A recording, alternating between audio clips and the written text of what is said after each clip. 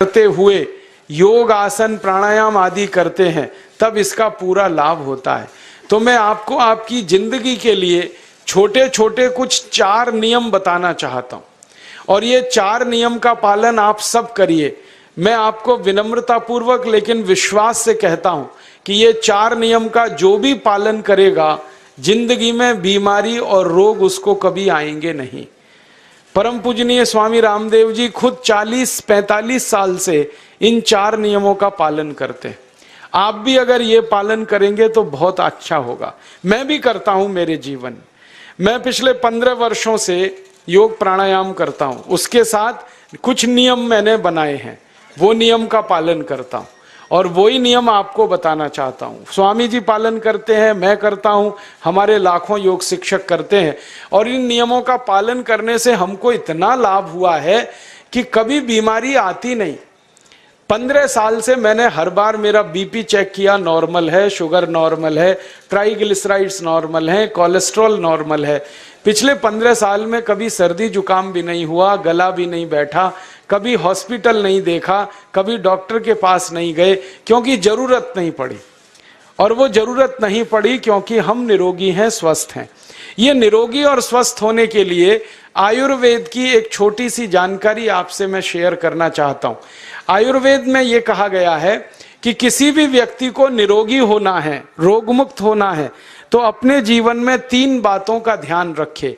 अपना वात, पित्त और कफ तीनों का संतुलन रखे। वो 3 तरह के दोष हैं हमारे शरीर में, वात, पित्त, कफ। आपने सुना होगा ये त्रिदोष आधारित शरीर है। जब वात बहुत बिगड़ जाता है तो 80 से ज्यादा रोग आते हैं। जब पित्त बहुत बिगड़ जाता है तो लगभग 46 से 50 रोग आते हैं और जब कफ बिगड़ जाता है तो 28 रोग आते हैं और वात, पित्त, कफ तीनों बिगड़ जाएं तो 148 रोग आते हैं। सर्दी, खांसी, जुकाम से लेकर और कैंसर तक जो आखिरी रोग माना जाता है, ये सब वात, पित्त, कफ के बिगड़ने का खेल है। तो इस देश के आयुर्वेद चिकित्सा के सबसे महान लोगों में से कुछ नाम आप जानते हैं, जैसे चरक ऋषि, जैसे सुश्रुत ऋषि। ऐसे एक ऋषि हुए बाघभट्ट। बाघभट्ट ऋषि ने एक पुस्तक लिखी है, उसका नाम है अष्टांग हृदयम, और एक पुस्तक लिखी है उसका नाम है अष्टांग संग्रहम। इन दोनों पुस्तकों में उन्होंने 7000 नियम बताए हैं। उनमें से 4 बताता हूं, अच्छे लगे तो आज से ही पालन करो और दूसरों को भी बताओ ताकि कोई भी इन नियमों का पालन करे तो बीमार ही ना पड़े। ये चारों नियम हैं वात, पित्त और कफ को संतुलित रखने के लिए। अब वात, पित्त, कफ तीनों एक साथ आपके संतुलित रहें तो उसके लिए पहला नियम है खाना खाने के तुरंत बाद पानी नहीं पीना। ये पहला नियम है। आप बोलेंगे ये तो बड़ी मुश्किल बात है, खाना खाते ही पानी पीते हैं हम तो सबके सब, और बिना पानी पिए खाना ही नहीं खाते। कई लोग तो खाने से ज्यादा पानी पीते हैं, खाना कम खाते हैं, पानी ज्यादा पीते हैं। ये खाना खाने के बाद पानी कभी भी नहीं पीना, क्योंकि महर्षि बाघभट्ट कहते हैं भोजनांते विषम वारी, माने भोजन के अंत में पानी पियो तो जहर के पीने के जैसा है। इसलिए वो कहते हैं कभी भी खाने के तुरंत बाद पानी मत पियो। अब आप मुझे पूछोगे क्यों नहीं पिए, कारण बता दो। कारण मैं बताना चाहता हूं सरल भाषा में। हम जब खाना खाते हैं ना तो पेट में सारा खाना इकट्ठा होता है। पेट में एक स्थान होता है, उसको हम कहते हैं जठर। संस्कृत में, हिंदी में जठर कहते हैं, अंग्रेजी में उसको एपिगैस्ट्रियम कहते हैं, हिंदी में कुछ लोग उसको आमाशय भी कहते हैं। ये जठर छोटा सा स्थान है। आपके पेट में नाभि है ना, उसके लेफ्ट साइड में बाईं तरफ छोटा सा स्थान है।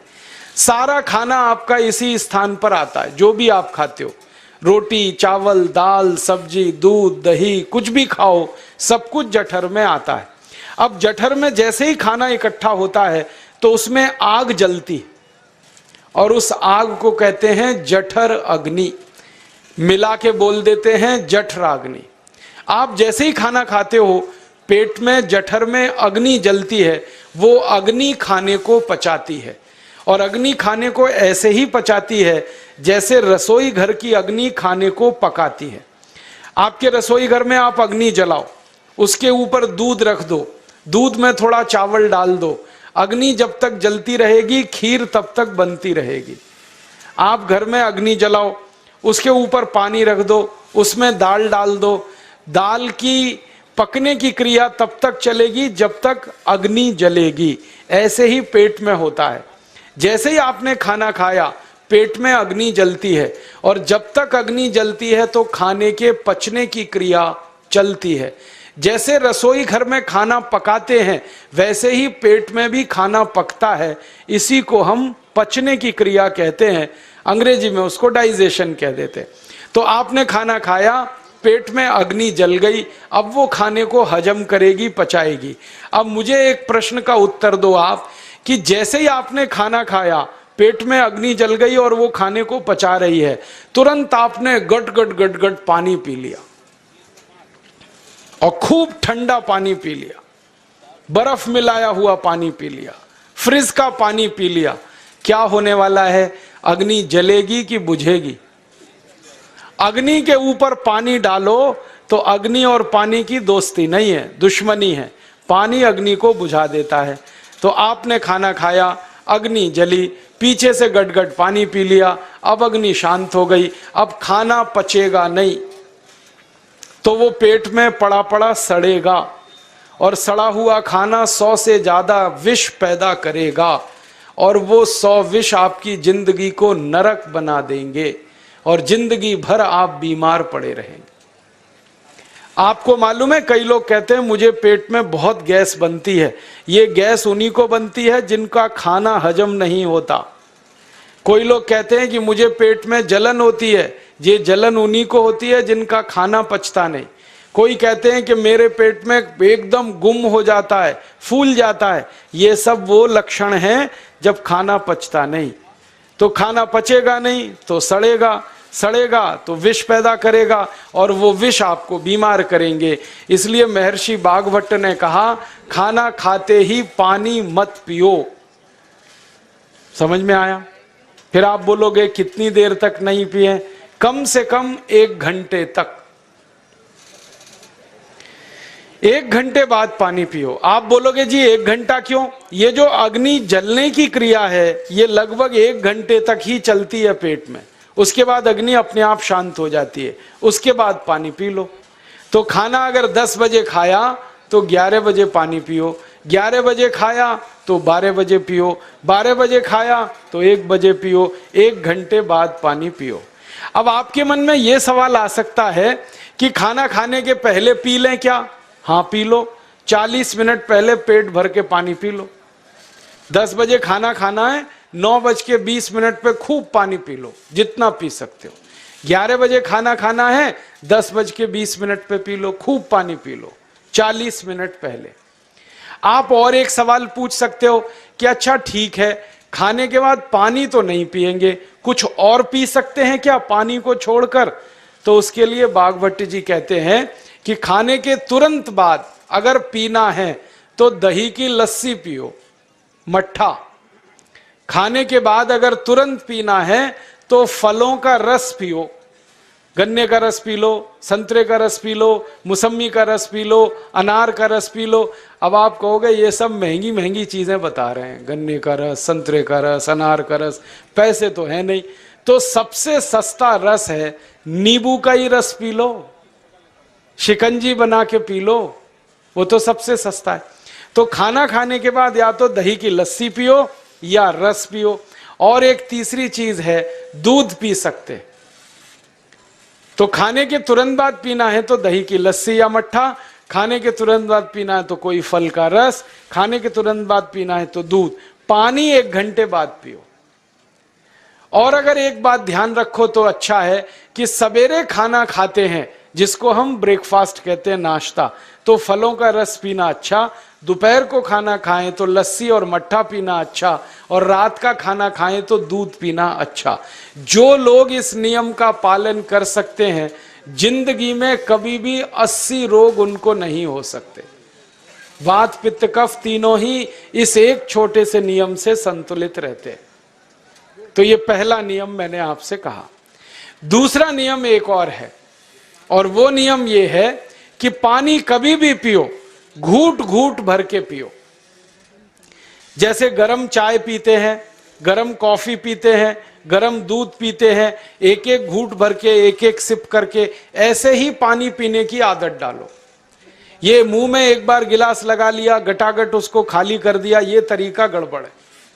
एक घूट पानी, दो घूट पानी एक बार में उतना ही पियो। आप बोलोगे ये क्या चक्कर है? बात ऐसी है कि एक एक घूट पानी जब हम पीते हैं तो मुंह की लार पानी के साथ मिलकर पेट में अंदर जाती है, और ये जो मुंह की लार होती है ये क्षारीय होती है, और पेट में हमेशा अम्ल बनता रहता है। तो एक घूट पानी पिया, मुंह की लार इसके साथ अंदर गई, दो घूट पिया और ज्यादा गई, बार बार लार अंदर जाएगी तो क्षार पदार्थ पेट के अम्ल के साथ मिलेगा। पेट में अम्ल बनता है, मुंह में लार क्षारीय होती है।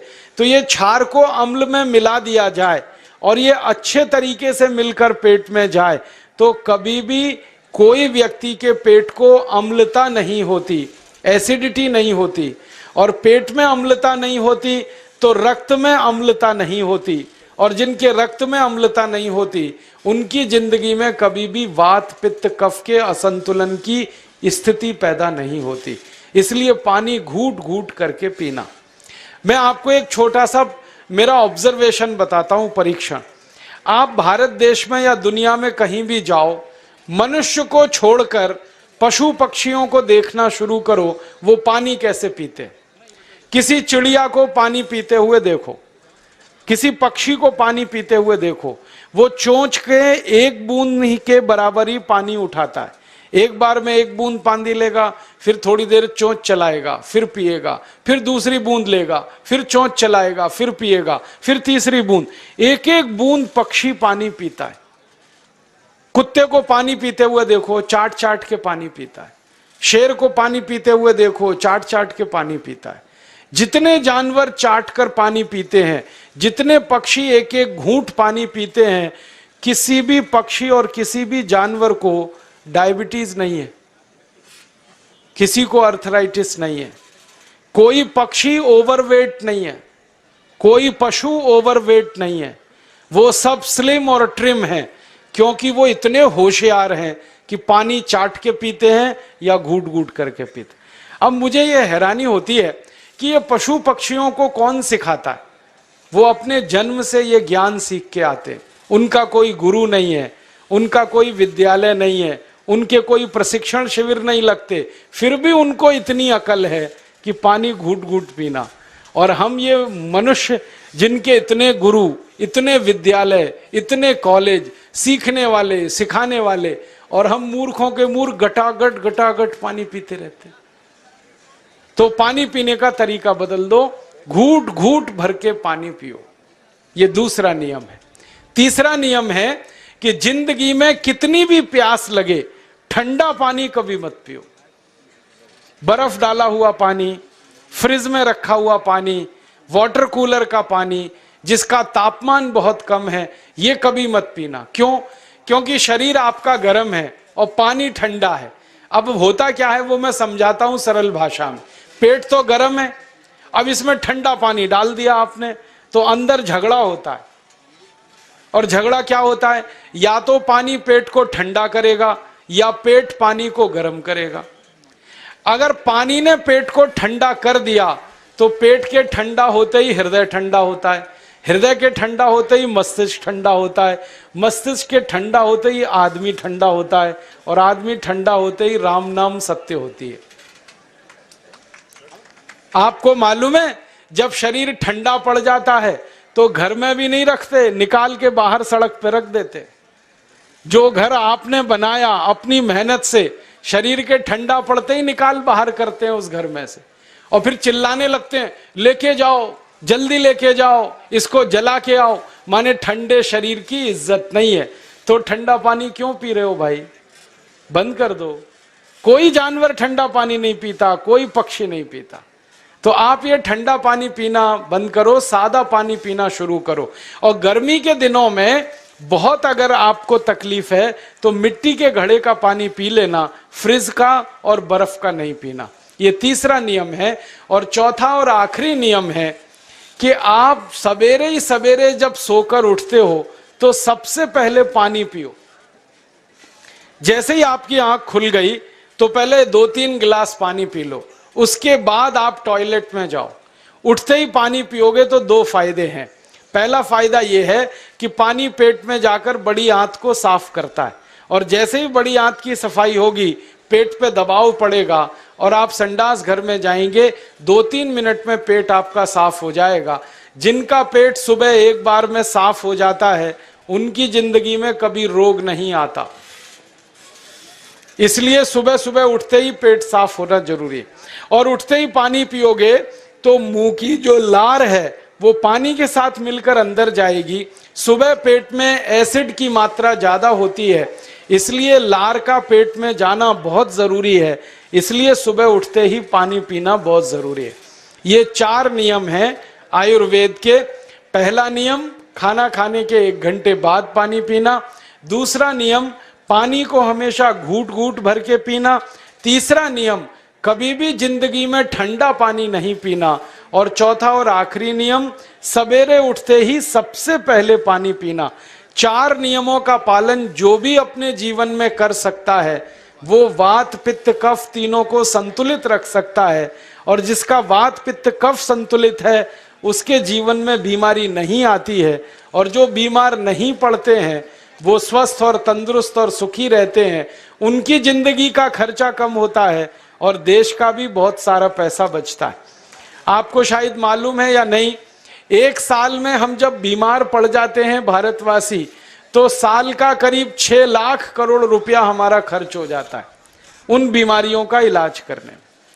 इसलिए इतना पैसा फालतू में हम खर्च करें हर साल 6 लाख करोड़, ये बहुत बड़ी रकम है।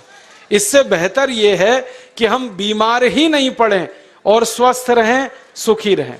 और ये 6 लाख करोड़ का जो खर्चा हम करते हैं बीमार पड़ने पर, अक्सर ये एलोपैथी की दवाएं खाने में खर्च होता है। और जो एलोपैथी की दवाएं हम खा रहे हैं जैसे paracetamol, Baralgan, butazone, oxyphenbutazone, aspirin, Disprin, Novalgin, ये सब ऐसी खराब दवाएं हैं जो दुनिया के देशों में 20 साल पहले बंद हो चुकी हैं, भारत में धड़ल्ले से बिक रही हैं और हमको बीमारियों से ज्यादा गंभीर बीमारियों में फंसा रही। ज्यादातर दवाएं जो आप खाते हो वो किडनी खराब कर देती हैं, लीवर खराब कर देती हैं, आंतों में घाव कर देती हैं, विकलांगता आ जाती है, पैरालिसिस हो जाता है, ब्रेन हेमरेज हो जाता है, हार्ट अटैक आ जाता है। दुनिया में लगभग इस समय 84,000 दवाएं बिकती हैं और आपको सुनकर हैरानी होगी उनमें से मात्र 117 दवाएं हैं जो काम की हैं, बाकी सब बेकार की दवाएं हैं। उन बेकार की दवाओं को खाकर हम 6 लाख करोड़ खर्च करते हैं। ये बहुत दुख और अफसोस की बात है।